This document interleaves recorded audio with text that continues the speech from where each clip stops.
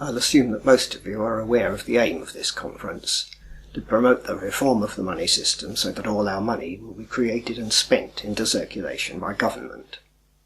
I'll aim to put this in a wider context. My name is Brian Leslie.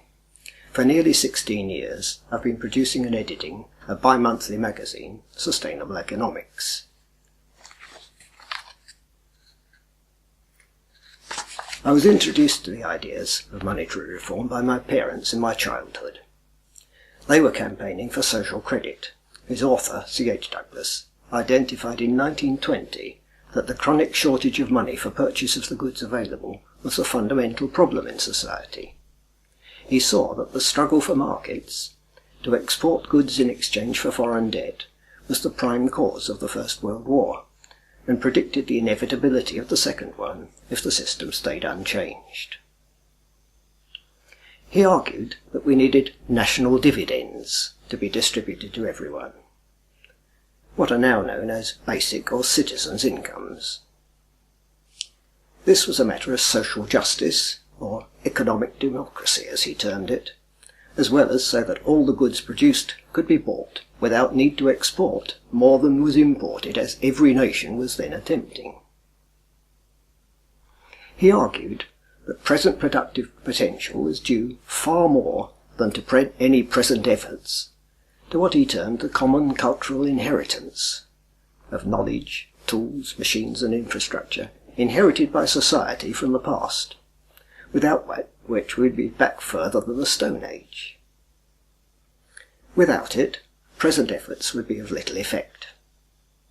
He argued that therefore we should all be entitled as of right to a share in current production. He also pointed out that even in those days, we could easily produce enough to meet everyone's needs, given only equitable sharing of entitlement, and that the aim of perpetual economic growth was unsustainable in a finite world. Since then, productivity has vastly increased, yet we still seek full employment instead of leisure. A point I learned from my parents was that what is physically possible must be financially possible. If the man-made money system denied this, then it should be man-modified. Conventional economics takes instead the financial system as unalterable, so it denies the true physical possibilities. In my childhood, between the world wars, food was being deliberately destroyed on a vast scale worldwide in order to maintain prices, while millions were on the verge of starvation for want of money to buy it. Social creditors campaigned against the vicious absurdity of poverty in the midst of plenty. The movement was growing fast, especially in Britain, Canada, Australia and New Zealand. But the advent of the war miraculously solved the economic problems. War is the health of the state. After that war, in about 1948, I was disgusted to read in Design, the journal of the Institute of Contemporary Arts, an article extolling the latest idea from the States: planned obsolescence. The article was illustrated by a photo of a typical American rubbish dump of the time, piled high with apparently perfect domestic goods, at a time when we in Britain were still trying to recover from wartime shortages. Its message was that because of the huge increase in productivity for war production that was now being redirected to peacetime goods, there was already fast-growing unemployment in America, and the system would collapse unless goods were to be made deliberately short-life, unrepairable, with fast-changing fashions, so that new goods would be constantly required. Capitalism could not tolerate abundance. The arms race and wars are the ultimate in planned obsolescence and waste. They're the most effective way of avoiding abundance. In early 1950, the Truman administration adopted a program to vastly expand the US and West European military services under a National Security Council document called NSC 68. This document was top secret for 25 years, and only by error was it released in 1975 and published. Its aim was to solve the problem of capitalism by this expansion, despite the expected opposition from voters, and the Cold War was invented to justify it. I've detailed this further in my booklet, Where's the Money to Come From? See my website, www.sustecweb.co.uk. I've observed over 3/4 of a century both the growing potential of the development of knowledge and technology to meet the needs of society throughout the world, given its application to that end, and the squandering of that potential through the misguided greed of a small but powerful worldwide elite at the expense of all else. In the 1960s, we were told by our Prime Minister that we've never had it so good.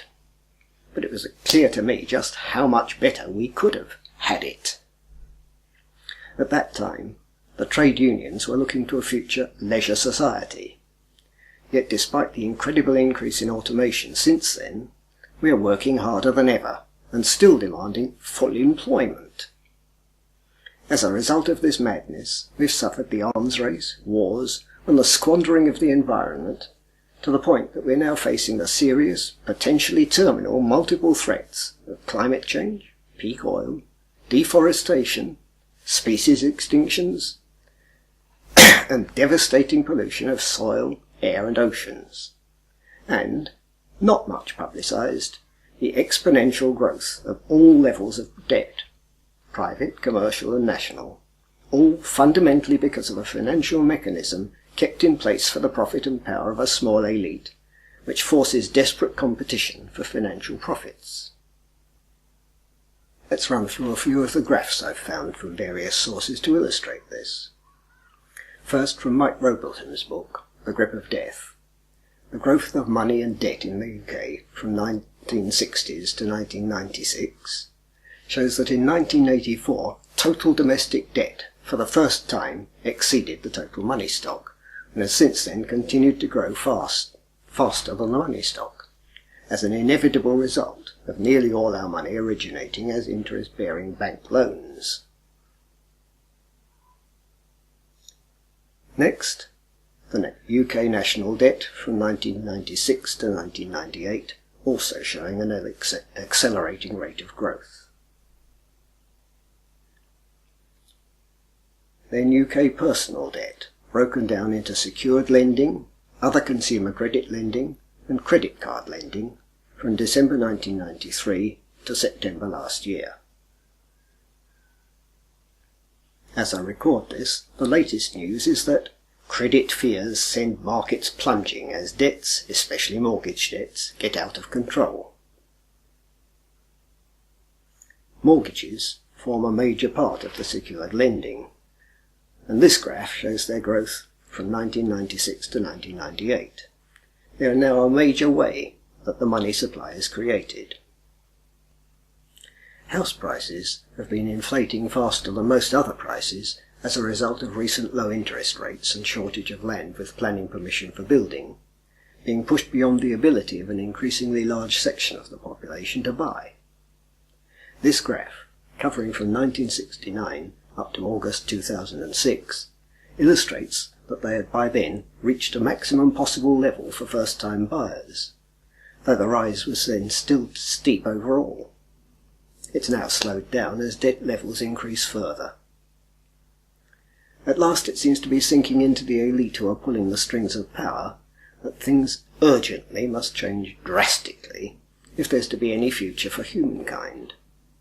It remains to be seen whether they'll accept the changes needed in time.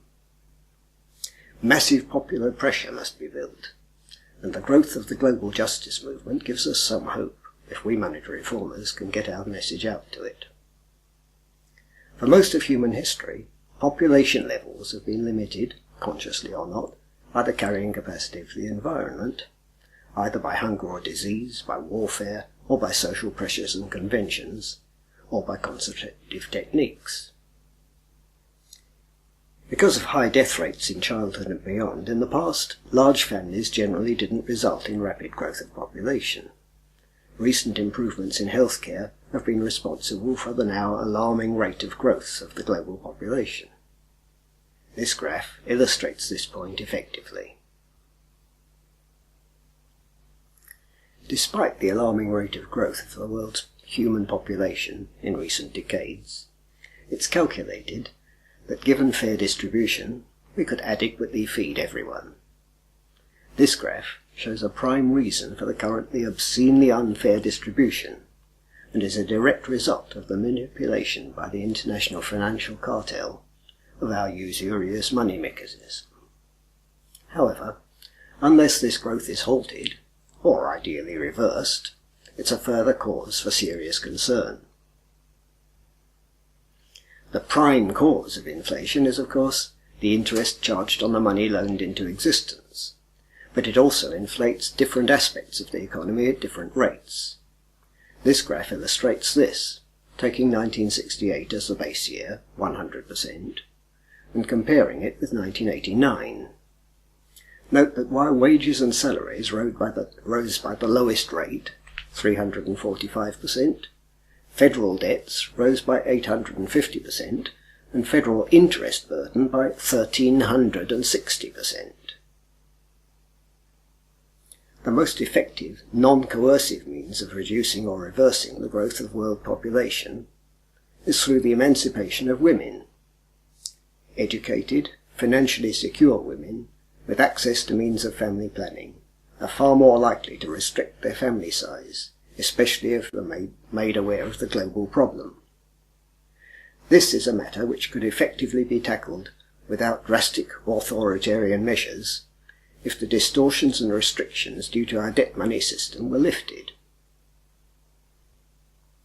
Monetary reform would rapidly reduce the levels of debt, as outstanding debts were paid off. Margaret Kennedy has estimated in her book Interest in Inflation-Free Money that on average about half of all prices is due to interest charges, as well as being the prime cause of the growing extremes of wealth. This graph shows the proportions of interest contained in various types of costs, depending mainly on the ratio of labour to capital costs. While this one compares the interest paid and gained by deciles of households by wealth. Note that for the top 1%, the graph would have to be extended further up hugely to show its interest gained. Extinguishing all the debt which originates from our present usurious system of introducing and cancelling money would allow prices to drop, and would also remove a main way of extracting wealth from the productive system. Gambling on the money markets would be severely restricted. Citizens' incomes would introduce economic democracy, ending wage slavery and releasing people to engage at their choice in self-employment, or in cooperatives, or unpaid work for self, family, the community, or wider society, or for simple relaxation. Citizens' incomes would give employees of firms the financial independence to allow them to dictate acceptable terms of employment.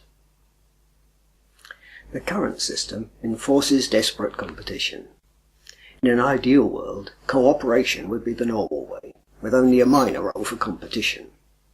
Desperate competition destroys community and social responsibility. The changes I've proposed would assist this to develop.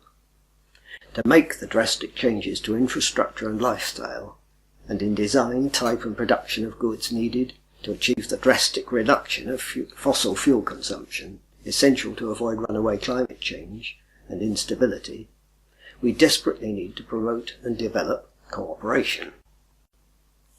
Latest estimates suggest that in the rich countries we need to make a 90% cut in fossil fuel use. The proposal for contraction and convergence, with tradable carbon allowances, coupled with my other proposals, offers the best means of achieving this. During this time of debt reduction, government would be creating and spending money to replace that being cancelled out of existence as debts were repaid, and so maintain the money supply at the level needed by society.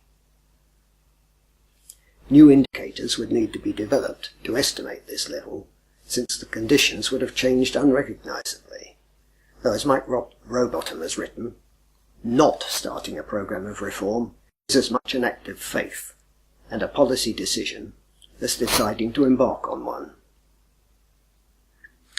Once this process was complete, however, no more money should be created unless there was an increase in the need for it.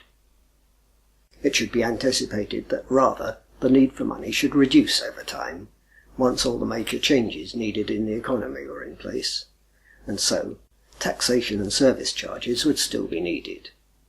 Here we need to embrace the arguments of Henry George and base taxation largely on the rental value of land, on pollution, and on the extraction of resources from the environment, with the tax being levied as close as possible to the point of extraction, and so encouraging economy of use, reuse and recycling, and choice of more abundant alternatives which would carry lower tax.